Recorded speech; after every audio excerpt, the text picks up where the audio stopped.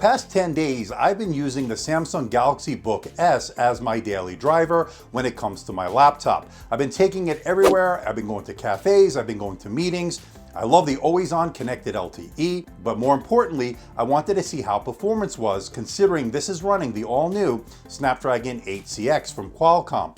And I gotta say, I've been pleasantly surprised. And not only do I love its razor-sharp looks, it's thin, it's light, you can throw it into your bag, you'll hardly notice it, but I also love the fact that it has a bright, full HD touch display that is simply gorgeous. Hey everybody, this is Andrew, and this is my full review of the Samsung Galaxy Book S.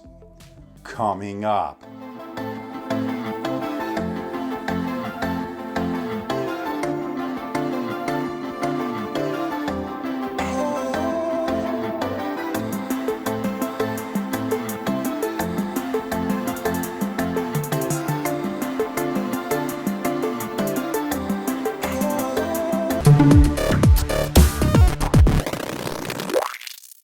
Want to see more videos like this? Why not hit that subscribe button and make sure you hit that notification bell. This way you'll be alerted every time I upload a new video. Make sure you follow me on my social media, especially Twitter and Instagram. That's where I post all the latest updates. And in the interest of transparency and full disclosure, I'm not being paid by Samsung. I'm not being sponsored by Samsung. All the opinions you're about to hear are my own, and no one is seeing this video before its release. This unit was purchased with my own money. I did not receive a review unit from Samsung.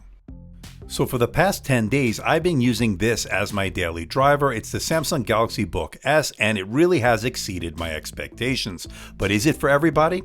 Let's find out.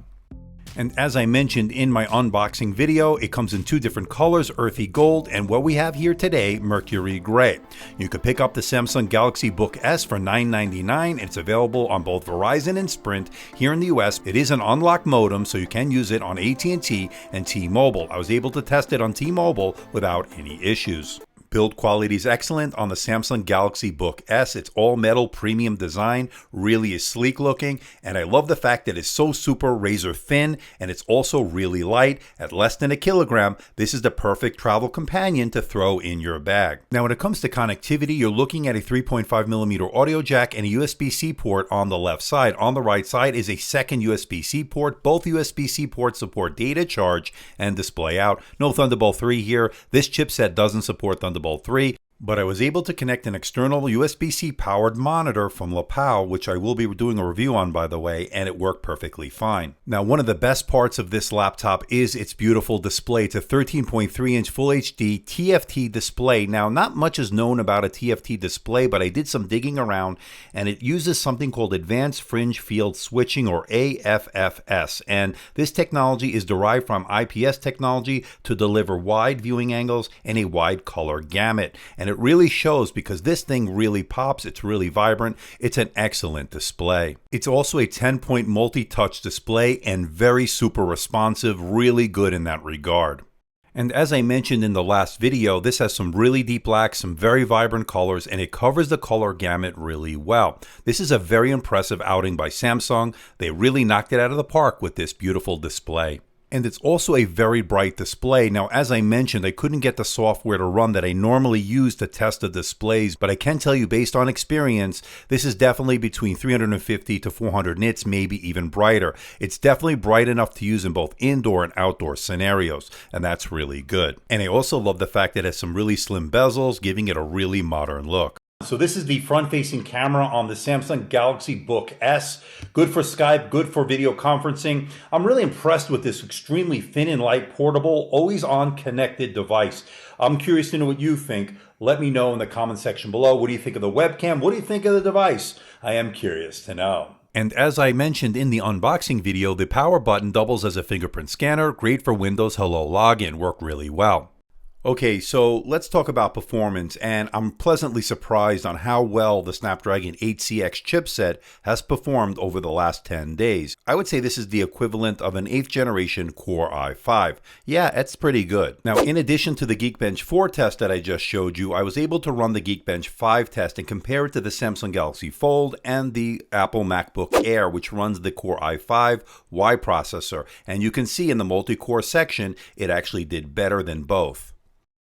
Now, for those that use Microsoft Office, well, the good news is it runs really well. Microsoft Office 365 has been well optimized to run on Windows on ARM. And I can tell you, I can't tell the difference between this or a regular Intel processor. Yeah, it's that good.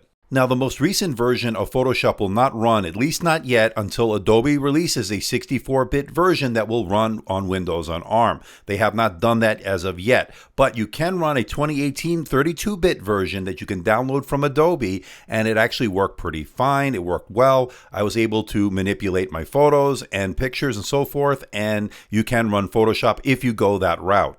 Now, when it comes to gaming, you can play Windows Store games. Not all of them will work, so you might want to check before you buy. And you also can play things like League of Legends. As you can see, it not only installed on this laptop, but it also ran actually pretty well, which is quite surprising.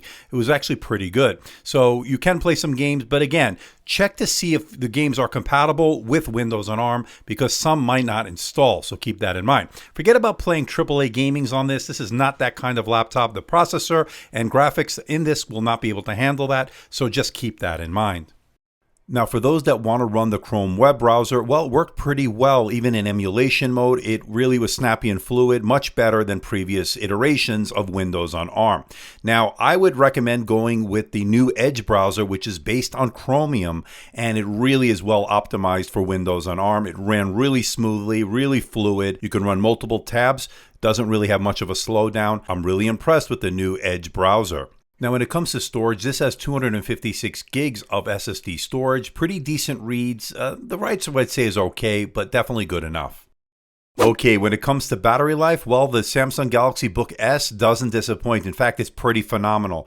I actually was really thinking this was going to get about 12 hours on my continuous web surfing test. Well, it actually did better. It did 14 hours and 48 minutes at 150 nits over Wi-Fi, and as you can see, it outpaced the Surface Pro X and the Surface Pro 7. Now, the numbers I gave you are based on a Wi-Fi test that I run, but if you're going to do that under LTE, which definitely uses a lot more power, you're looking at a little bit above 10 hours for the same test, because it will use more juice, so keep that in mind. So LTE definitely consumes more power. Now, they do include a 45-watt power adapter in the box that'll give you 58 minutes and 50% charge, and a full charge will take 2 hours and 36 minutes. Not too bad. Now, when it comes to the keyboard, as I mentioned, it does have pretty shallow key travel. It's the akin to the 12-inch MacBook. It's that shallow, but it's actually a little bit better, a little bit more tactile feedback, and I actually got used to it after about a day or so of use, so that's not really much of a problem.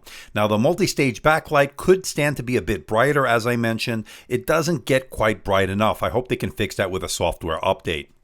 Now, it has a precision touchpad. The size was pretty good and was very responsive. Two-finger scrolling was buttery smooth. All the Windows 10 gestures worked. It really was a very responsive touchpad. I think they did a great job. Now, when it comes to sound, I was very impressed with the AKG tuned speakers that are located towards the bottom on the sides. And I gotta say, really rich sound. Gets really loud, good mids, good bass. They hit a home run when it comes to the audio.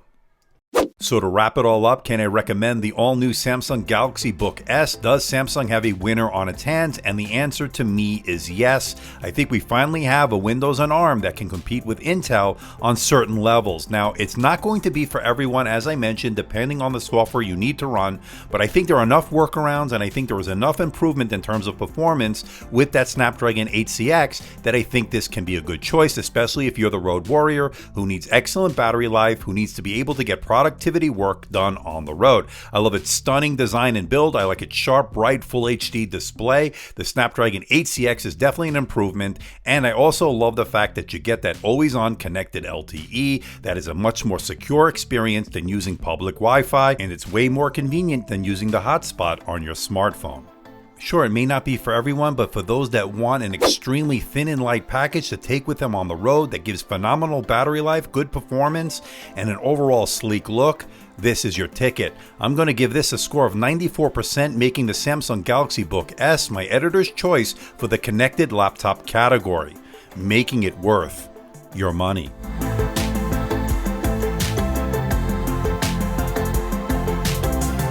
So what do you think about this bad boy, the Samsung Galaxy Book S? And I think Samsung has a winner on its hands. I really love the design, that razor thin Design less than a kilogram in terms of weight, super thin and light, great for taking with you on the road. And when you're on the road, you don't have to worry about connectivity. The always-on built-in LTE has worked really well. I've been using mine on the Verizon network here in the United States, but it is an unlocked GSM network. You can use it on AT&T, T-Mobile, and Sprint. So this is definitely a choice for you if you want to use this. Now, as far as security, I prefer to have the LTE connection on my laptop. It's a more secure experience than using public Wi-Fi, that's for sure. Now, when it comes to battery life, well, as you saw by the numbers, this thing is pretty phenomenal. Just coming in under 15 hours. We got 14 hours and 48 minutes on my continuous web surfing test. Under mixed use, you're going to get somewhere between 12 and 15 hours, again, depending on what you're doing with this. Now, if you're relying solely on the LTE, expect 10 plus hours, as the LTE will use more power consumption. So keep that in mind. But performance with that Snapdragon 8CX has actually been a pleasant surprise. It's the equivalent of an 8th generation Core i5 from last year. So you can do web browsing, you can do Microsoft Office, email, pretty much everything you'd want. It's also a great multimedia machine, consuming things such as Netflix, YouTube, Amazon, and the like. Has been a pleasure on this 13.3-inch Full HD touch display. Now, speaking of that display, it gets really bright. I'm guessing anywhere between 350 to 400 nits, which makes it certainly a good choice for both indoor and outdoor use.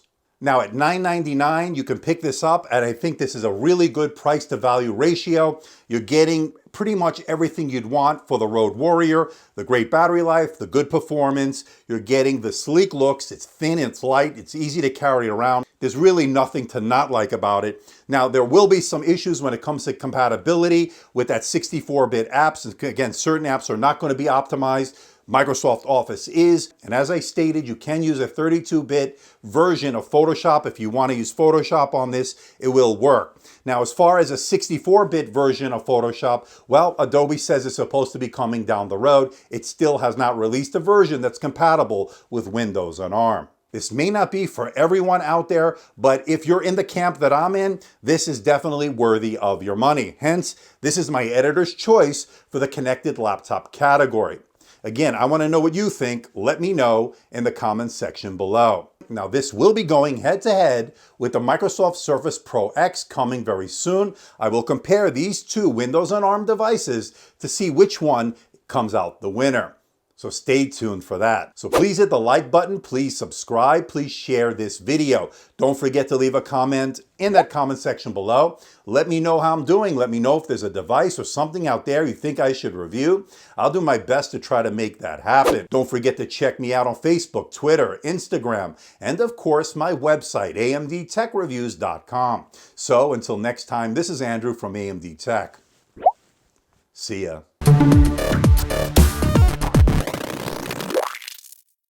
4, 3, 2, 1. So what do you think about the Surface Book? Oh my God, this is the Samsung Galaxy Book S. Get it straight, Andrew. So what do you think about the Microsoft Surface Galaxy Book? Oh my God, I'm totally losing it at this point. Whatever, take 500. 4, 3, 2, 1. So what do you think about this, the Samsung Galaxy Tab Book?